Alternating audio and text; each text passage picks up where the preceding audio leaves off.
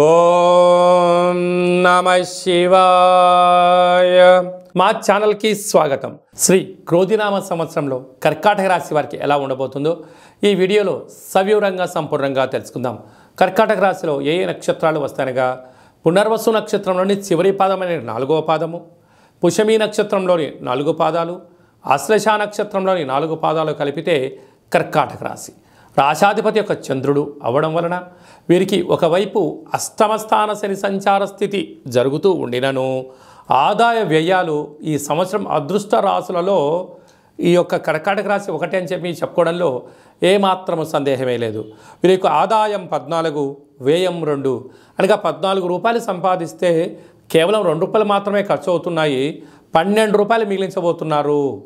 ఎప్పుడు మీరు ధర్మంగా, న్యాయంగా, ఆధ్యాత్మికంగా, సత్ప్రవర్తనతో మీరు ఎప్పుడైతే ఉంటారో ధనమూలం ఇదం జగత్ అన్నట్టుగా అపార సంపన్న కుటుంబ వర్గంలోకి ఈ కర్కాటక రాశి వారు చేరబోతున్నారు. అందులో ఏమాత్రం సందేహమే లేదు అని చెప్పి గమనించాలి. అలాగే రాజపూజ్యం 6, అవమానం 6 కనుక మీరు ఎక్కడికి వెళ్ళినా ఇంట్లో బయట వ్యాపార సేవారంగ కార్యక్రమాల్లో మీ మాటకు బలం పెరుగుతుంది, అన్నింటా విజయం మీ సొంతం అవుతుందని చెప్పి గమనించగలగాలి. అలాగనే పునర్వసు నక్షత్ర జాతకులకు చాలా బాగుంది, పుష్యమి నక్షత్ర జాతకులకు చాలా బాగుంది, ఆశ్లేష నక్షత్ర జాతకులకు అనగా శ్రావణ మాసం నుండి డిసెంబర్ వరకు మధ్యసున్న కారణం వలన మనోవేదన, రోగం బారిన పడే పరిస్థితి అధికంగా ఉంటుంది.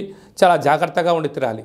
కాకపోతే వీరికి ఒకవైపు అష్టమస్థాన శని సంచార స్థితి జరగడం, 30 సంవత్సరాల తర్వాత శని భగవానుడు తన సొంత గృహంలో ఉన్నప్పుడు వచ్చినటువంటి ఈ క్రోధినామ సంవత్సరం అవ్వడం వలన నిత్యము పరమేశ్వరుడికి అభిషేకం చేసుకోవడం, గృహంలో వీలైనంత వరకు బయట గుమ్మడికాయ కట్టుకోవడం, దైవనామ స్మరణ చేయడం, పుష్కర స్నానం చేయడం వలన నీటి వ్యాపారస్తులు, పాల వ్యాపారస్తులు, ఆహార ఉత్పత్తులు, వ్యవసాయ సోదరీమణులకు, మార్కెటింగ్ రంగం బిజినెస్ వ్యాపారవేత్తలకు, విద్యావేత్తలకు, సంపూర్ణ విద్యార్థులకు చాలా మంచి కాలం అని చెప్పి గమనించాలి.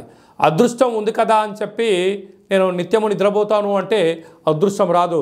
కష్టే ఫలి, కష్టపడగలిగితే, ధర్మంగా ఉండగలిగితే, ఏదైనా తెలియని పని తెలుసుకొని చేసుకొని దాన్ని సాధించగలిగితే భగవంతుడి యొక్క ఆశీస్సులు కలిగి మీరు అపార సంపన్న కుబేరులు అవుతారు అని చెప్పి గమనించగలగాలి. కనుక మీరు కపాల కాళ భైరవ స్వామి యొక్క స్మరణ, కపాల కాళ భైరవ స్వామి యొక్క కూష్మాండ దీపము, స్వామివారికి సంబంధించిన ఒక ముగ్గురు మీరు ఆనంద దీపాన్ని మీరు ఇంటి ముందర పెట్టుకోగలిగినట్లయితే ఒకవైపు అష్టమస్థాన శని దోషం తొలగి అదృష్టం ఐశ్వర్యం మీ సొంతం అవుతుందని చెప్పి గమనించాలి.